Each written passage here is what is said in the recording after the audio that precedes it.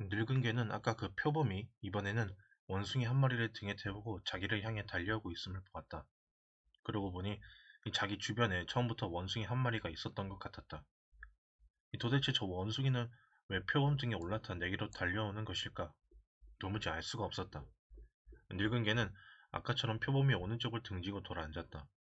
그리고 다시 뼈다귀 하나를 입에 물고는 뼈를 혀로 핥으며 쩝쩝 소리를 크게 내었다. 드디어 표범과 원숭이가 근처까지 왔을 때 늙은 개는 외쳤다. 아, 맛있다. 그런데 이 쌍놈의 원숭이 새끼는 왜 이렇게 안 오는 거야? 표범 한 마리 꼬셔서 데리고 온다고 하더니 에이 쌍놈의 원숭이 새끼. 그 말을 듣는 순간 표범은 자기가 원숭이에게 속아서 여기에 다시 오게 된 것이라고 믿게 되고 이 쌍놈의 원숭아 너 두고 보자 욕을 하며 아까처럼 도망갔다. 3편 끝. 이 막힌 부분을 어떻게 뚫어야 하는지를 아는 늙은 개는 어느 분야이든 있는 법이다. 이 세상을 살다 보면 도저히 해결 방법이 생각나지 않는 상황이 있기 마련이다. 그런데 사실은 뭔가 해결 방법이 있지만 그게 무엇인지 몰라서 절망하는 경우가 대부분이다. 내가 말하고자 하는 것은 이것이다. 네 머리로 모든 인생살이 문제를 풀려고 하지 말아라. 표범이 널 잡아먹으려 한다고? 네 친구들에게 물어봤자 위로는 받을지 몰라도 헛수고에 지나지 않는다. 네 친구들도 자기 잡아먹으려 드는 표범 걱정을 하고 있기 때문이다. 기억해라. 그 문제의 해결 방법을 이미 터득하여 알고 있는 늙은 개들이 네 주변에 있다. 좋은 의사를 만나는 법. 몸에 병이 생기게 되면 누구나 의사를 찾게 된다. 이때 누구나 실력 있는 의사, 좋은 의사, 허준 같은 명의를 만나기를 원할 것이다. 그런데 이게 그렇게 쉬운 일이 아니다. 좋은 의사를 고르려면 먼저 의사들의 세계를 알아야 할 것이다. 의대에는 어떤 학생들이 가게 되는가? 병들고 불쌍한 가난한 환자들을 치료하려는 박애심 투철한 학생들인가? 천만에 전 과목에서 우수한 성적을 올린 학생들이 간다. 내성적이고 소심한 학생들이 많이 지원하는 것도 특징이다. 그들이 의대를 지망하는 이유는 대부분 의사라는 직업이 돈도 잘 버는 직업일 뿐만 아니라 주변에서도 부러워하고 사회적으로도 신분이 비교적 안정되어 있기 때문이다. 히포크라테스 선서를 수행하고자 의대에 가거나 혹은 제2의 슈바이처가 되고자 하는 학생은 정말 극소수에 지나지 않는다. 자, 그런 학생들이 의사 면허증을 받고자 치르는 의사고시는 어떤 내용일까? 모두 이론이다. 의대 졸업한 학생들은 스터디 그룹을 만들어 예상 문제 공략을 꾀하기도 한다. 실습은 대학 시절에도 있기는 하지만 대부분은 의사고시에 합격한 뒤 거치게 되는 인턴, 레지던트 기간에 이루어지게 된다. 이때 돈은 얼마나 받게 될까? 의학 공부를 한 지 10년째에 해당되는 전공이 4년 차일 경우 연봉은 2천만 원 수준이며 야간 당직 수단은 2만 원 선이다. 이 수련의 기간은 육체적으로 너무나도 힘든 과정이기에 제대로 책을 볼 시간적 여유도 많지 않다. 이 수련의 과정을 마친 응급실 야간 당직 의사의 월급은 많아야 300에서 400만 원 선이다. 인기 진료 과목이라고 할 수 있는 안과, 성형외과, 피부과, 비뇨기과, 이비인후과, 가정의학과 등에서 전문의 자격을 딴 30대 초 중반의 의사는 이 봉급 의사로 일할 경우 아주 잘 풀리면 연봉 1억도 받지만 실상은 그 이하를 받는 경우가 더 많다. 한편 이러한 진료 과목들의 특징은 노동 강도가 심하지 않을 뿐만 아니라 24시간 대기할 필요도 없고 일주일에 하루 정도는 눈치 안 보고 놀 수도 있다.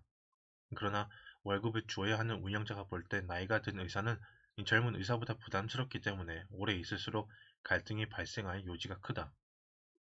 하지만 이런 진료 과목들은 다른 과목에 비하여 개업이 손쉽다.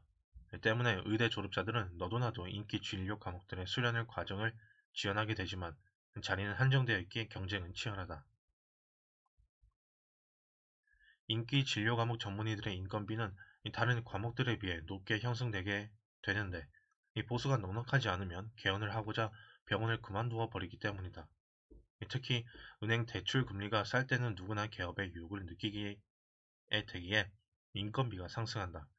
반면에 외과 같은 경우는 노동 강도가 심하고 지원자도 많지 않기 때문에 수요와 공급의 원칙에 따른다면 그 어느 과목보다도 더 많은 보수를 받아야 하고 있어야 하지만 실상은 그렇지 않다. 이 개인 독립하기가 어려운 과목이기 때문이며 50대 유명 외과 과장의 연봉은 최대 1억에서 2억 수준이다.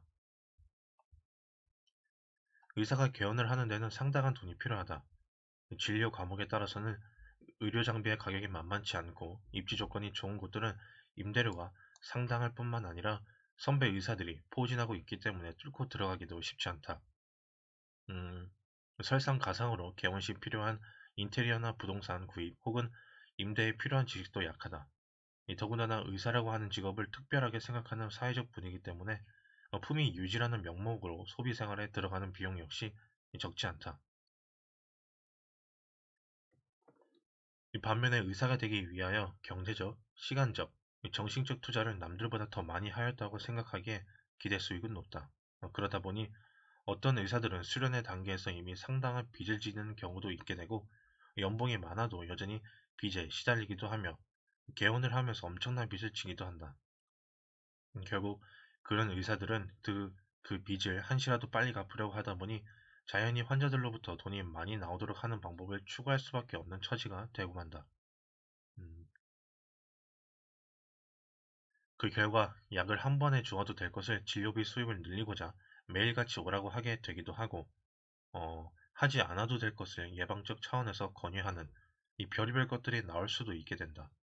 결국 우리나라 제왕절개 수술 비율은 전 세계 1위에 오르게 되고, 서울 강남 어느 산부인과의 응급차는 이 사이렌 소리가 시색시색 울린다고 소문이 나게 되고, 제약회사로부터 뒷돈을 받거나 건강보험공단에 이 거짓 청구서를 보내거나 의료 장비를 리스 회사를 끼고 구입한 뒤 다시 팔아먹는 의사들까지 생기게 된다.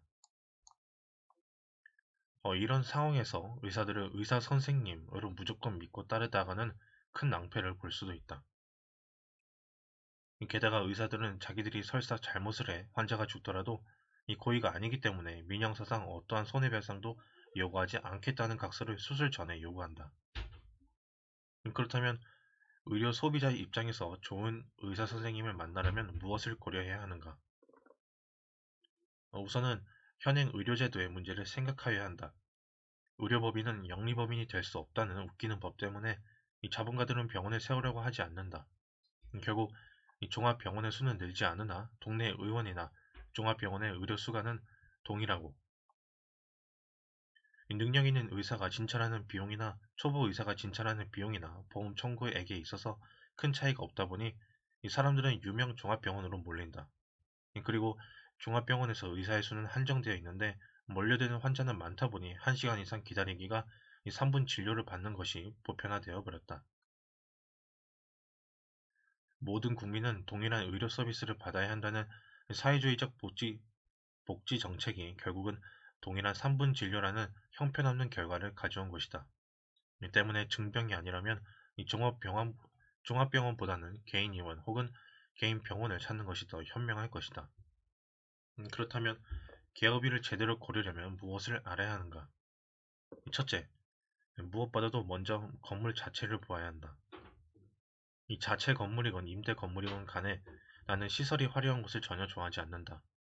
실내에 수입 대리석이 붙어있는 병원들은 이 건축비를 적정 이상으로 사용했으면서도 이 적자가 난다고 징징 우는 곳들이거나 건축비를 빌미로 뭔가 구린내 나는 짓거리를 한 곳일 수도 있다.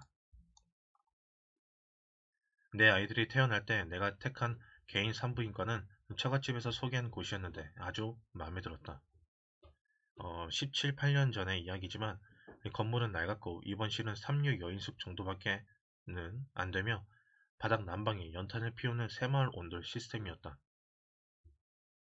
이 병원 시설이 호화롭다면 당연히 의사는 병원을 꾸미는 데 돈을 쳐발랐다는 뜻이고 그 돈을 메꾸기 위해 환자의 건강과 재정 상태보다는 자기 호주머니 사정을 진료에 더 반영할 것이다. 화려한 병원일수록 수술을 권한다는 것을 나는 누구보다도 잘 안다. 내가 택한 산부인과 의사는 자연분만을 권장하는 분이었다.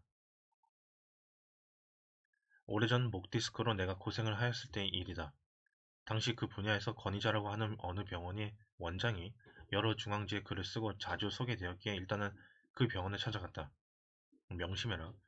어떤 의사의 글이 언론에 자주 나온다는 것은 그 병원 측에서 보도자료를 돌리거나 기자들과의 친분을 이러저런 방법으로 유지하기 때문일 수도 있다는 것을. 어쨌든 그 병원에서는 즉시 수술을 권하였다. 하지만 그 병원의 건물 가격을 얼추 계산하여 보고 이 고용된 의사들의 수를 반영시켜 보니 그런 건물을 지으려면 수술을 엄청나게 해야만 했다. 나는 그 병원의 권유를 무시하였다.